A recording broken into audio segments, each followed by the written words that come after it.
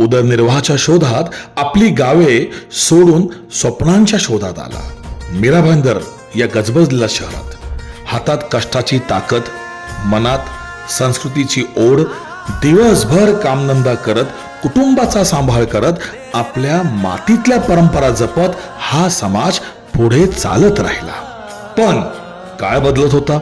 इतर समाज एकत्र येत होते आणि त्याच वेळी काही ध्येयवेळी समाजासाठी झटणारी मंडळी पुढे आली. सन होतं 2022. एक नवी सुरुवात झाली. मीरा भाईंदर गवळी समाज संघटना ची स्थापना झाली. एका सदस्यापासून सुरू झालेला हा प्रवास आज हळूहळू 300हून अधिक सभासदांपर्यंत पोहोचला आहे. मित्रांनो, ही केवळ एक संख्या नाही, हा आहे विश्वास, एकोपा आणि समाज बांधिलकीचा विजय. दरवर्षी शैक्षणिक क्षेत्रात उल्लेखनीय कामगिरी करणाऱ्या विद्यार्थ्यांचा गुणगौरव सोहळा आयोजित केला जातो. बरं, तरुणांसाठी करिअर मार्गदर्शन शिबिर सुद्धा आपण आयोजित करतो आणि त्यांच्या पिढीला एक नवी दिशा देण्याचं कार्य आपण करतो. गणेशोत्सवाच्या काळात गावी जाणाऱ्या चाकरमान्यांसाठी मोफत बस सेवेची सोय करण्यात येते. मंत्री महोदय प्रताप सरनाईक यांच्या नेतृत्वाखाली राबविण्यात येणाऱ्या या उपक्रमाचा लाभ दरवर्षी सुमारे 450 पेक्षा जास्त गवळी बांधव आपले घेतात.